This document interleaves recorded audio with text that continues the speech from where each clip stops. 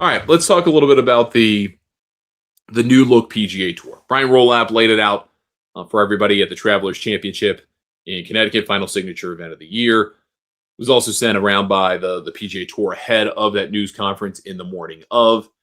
And we kind of confirmed, the PGA Tour confirmed for everybody more or less what we knew was going to be coming. There's a 2-track system, and the details of that are still mostly fleshed out, but still a little fuzzy in places.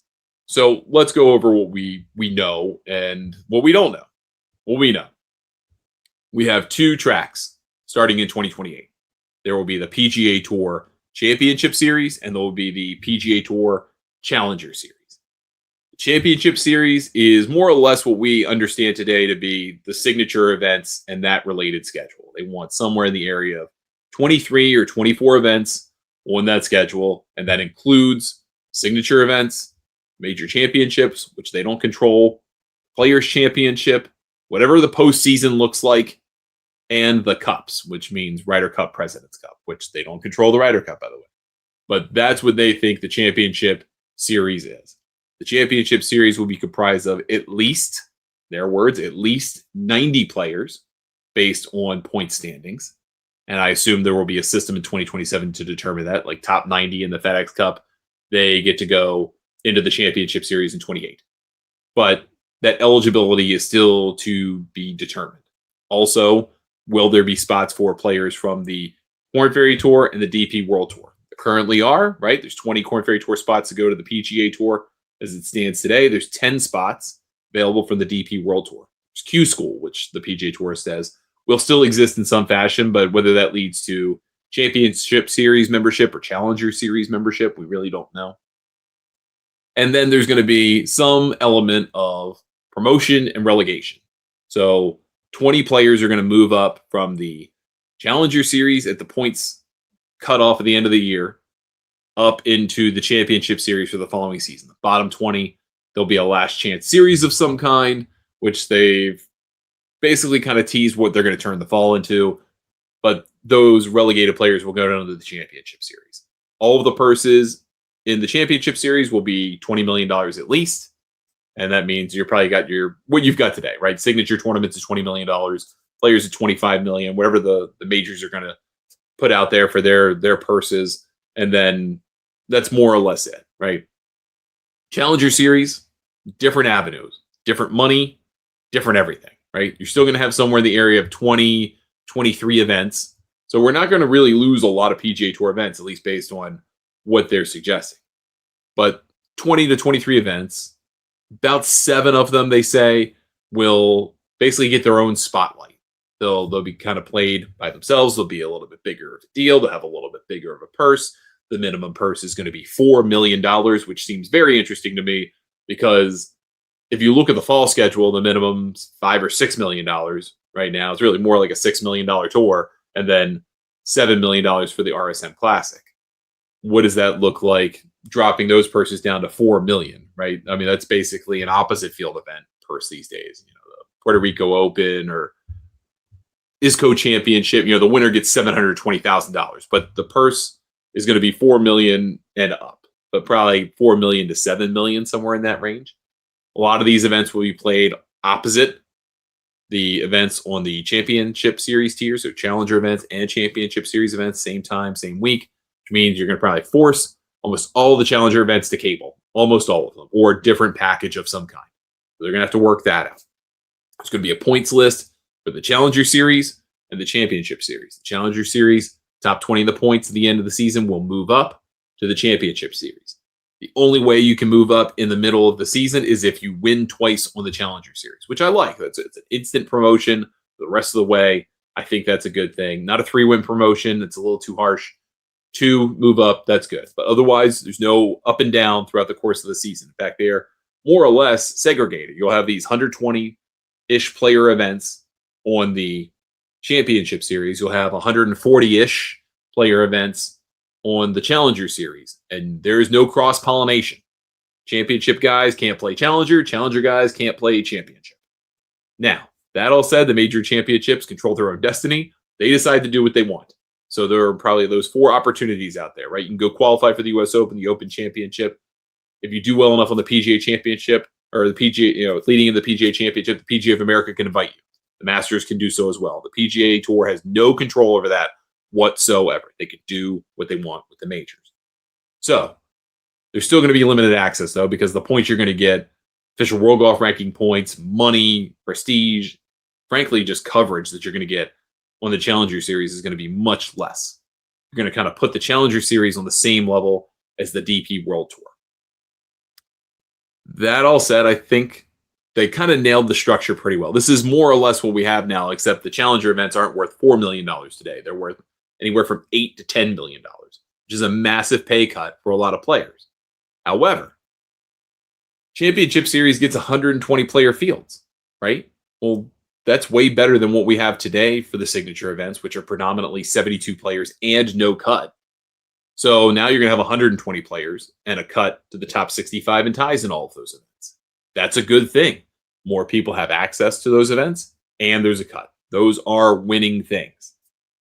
If you want to try to have a field for the Challenger events, though, and you want to get 140 players, well, all of a sudden, the players that you have full-time on the tour today, which is more or less 230, well, that means you're only going to get anywhere from 90 to 100 of them to be the base field for your Challenger events, which means you're going to have to pull from somewhere else. And that could mean the DP World Tour.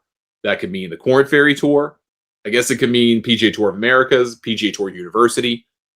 Those things still need to be fleshed out. So those are important flashpoints of detail that we don't have today. And I think at the top level, most people are really only going to care about the Championship Series stuff. More or less full field events with a cut, $20 million, all the stars competing. There's no requirement that you have to play in all of the events. There's a points list that'll be determined. There'll be some kind of playoff system. Sounds like the FedEx Cup as we know it will go away. But the Tour Championship and some version of playoff events, whether it's 2 more playoff events or just one, it sounds like they're trying to lean to a Tour Championship and 1 playoff event. But those players will compete in match play in some fashion. And those events will move around to iconic venues within golf, or at least that's their goal. That's a good thing, right? I think people have been clamoring for a Tour Championship that is mano-a-mano for the Tour Championship moniker for 20 years. And that they're going to get it is awesome. That they could get it on some of the best golf courses in the world, here in the United States as well. I think that is a good thing. Those are positives. I think that there's going to be a struggle to identify in additional events beyond the 8 signature events that they have today.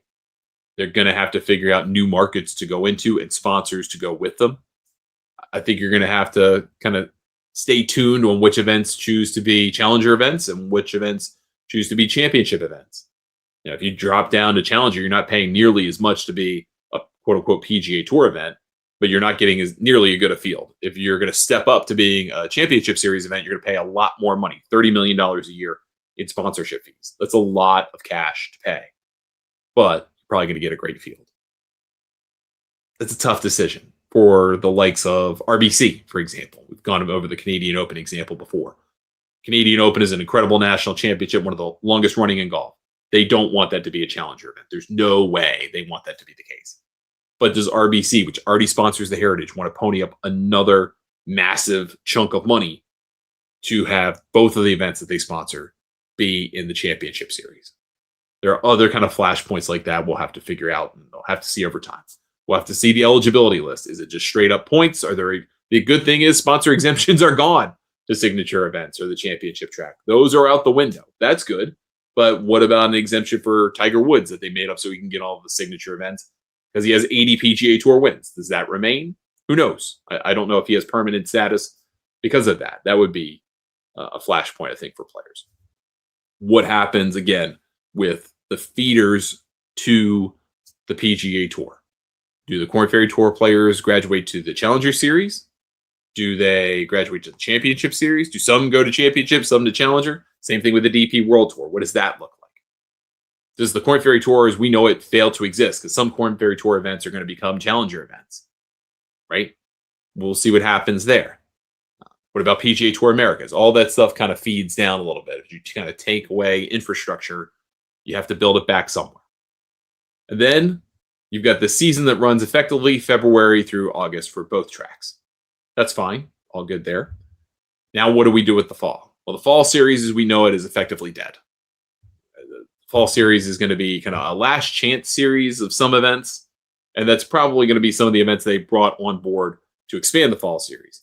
Those will be last chance events for players in the championship series to save their hides and not have to be relegated. And presumably for some of the players, maybe in the Challenger series, to get to move up. But we don't have all the details on that. Then they're going to have some co-sanctioned events with the DP World Tour in a fall series. Probably their biggest and their best events. So they want to get some of the championship track players to go and play DP World Tour events a little bit more co-sanctioned. So think about the BMW PGA Championship, the French Open, some of the national, the Alfred Dunhill links, those great fall events on the DP World Tour. There's some expectation that there will be some crossover there, but what that looks like, still to be determined. I think that the general vibe of this is more or less what the PGA Tour is already, minus the basically having of purses for what will now be the Challenger Series. Everything else seems about right. The access that happens at different points in the season through the Swing 5 and the next 10, those go out the window. So you're either locked in for a whole year, championship or challenger, unless you win twice on the Challenger Series. Beyond that, I think there's still a lot of details that need to be hammered out. Eligibility is a key one. Number of spots that move from tour to tour to tour. What does Q School look like? Those types of things. That's still all going to have to be determined. And it's not clear that they've got that figured out yet. Sounds like they'll have more to tell us at the Tour Championship come August, and then they'll probably say a little bit more in the fall as well. They have to lay the groundwork by the end of the fall so that every player on the PGA Tour, and frankly the other tours, knows exactly what they're competing for in the 2027 season and what that means for their eligibility for 2028. We will get that clarity, but my biggest question is how many sponsors can you wrangle up and how many new tournaments can you put together to get either from the what will be the Challenger tier, the current schedule, not a signature event, into the championship tier, or will you have to pull events, create new sponsorship opportunities to be able to add some of those tournaments because they're looking to be in big cities. They want to be in Boston and Denver, Washington, D.C., and Philadelphia. They got to find sponsors and they've got to find venues. And you've got to be able to do that in a short period of time. Can they do that and convert enough of the schedule so this looks pretty seamless? Because if not, there's going to be a lot of egg on their face. But you can't imagine they would have rolled this out in the first place, not thinking they've got a pretty good handle on a lot of that. So it's not perfect. It's a big change. It's a big deal to kind of change what we understand as a PGA Tour. But frankly, that change has been taking shape over the last 5 years. And this is the end result of it. What we don't know is what effect this will have on the signature schedule, promotion and relegation, mid-tier markets. What will that mean? Does the Sanderson Farms Championship come back? We don't know those things. But at least what's laid out here sounds like we heard at the players, more or less. Sounds pretty good. Rory McIlroy put out a statement behind it. And considering he wasn't so thrilled about it at the lead into this, I think that probably says some things about his willingness to endorse it. Then again, Patrick Cantlay abstained from the vote on the board to be able to authorize these changes. So I think there's still a lot to be determined, but this is what we're going to get for at least a little while. And as you know, based on LIV, everything is subject to change in the right situation. But this is what the archetype, this is what the structure is going to be used by Brian Roloff to go negotiate a new television deal with the partners, CBS, NBC, maybe ESPN, who knows? But this is the future of the PGA Tour. So as we get more details, we'll kind of piece it all together and analyze it a little bit more, but that's what we have for now. That's going to do it for us today on the show. Thank you so much for watching or listening. I appreciate it. If you got any questions, get a hold of me, Ryan at thegolfnewsnet.com. I am also on Facebook, Instagram, and TikTok at Ryan Ballengee Golf. Same thing with YouTube. Golf Newsnet is on all those services at the handle Golf Newsnet. Thank you so much for your time. We will catch you next time right here on Two Off the First.